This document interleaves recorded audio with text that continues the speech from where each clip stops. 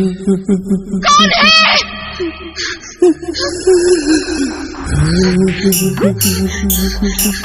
कौन है?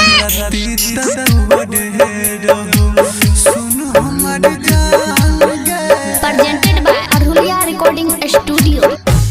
गलती तो रहो सुन हमारी जान गे, माफ नहीं करही तो मर गलियो जान। गलती तो रहो सुन हमारी जान गे, माफ नहीं करही तो मर गलियो जान। गलती तोड़े रहो। कौन है?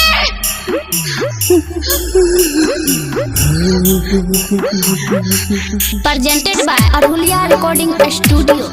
गलती तोड़े रहो सुन हमारी जान। बुझले नहीं दीवाना से रहो पुन का सूरमा, तब किया दूर कर दलही गे जान।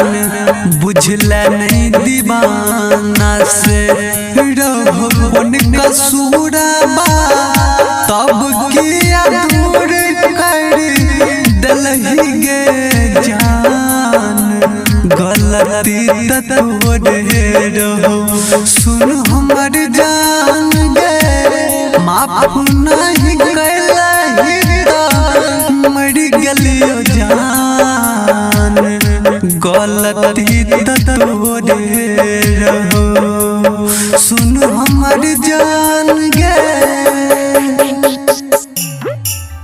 गलती तोड़े रहो सुन हमार जान गे, माफ नहीं करही तो मर गलियो जान।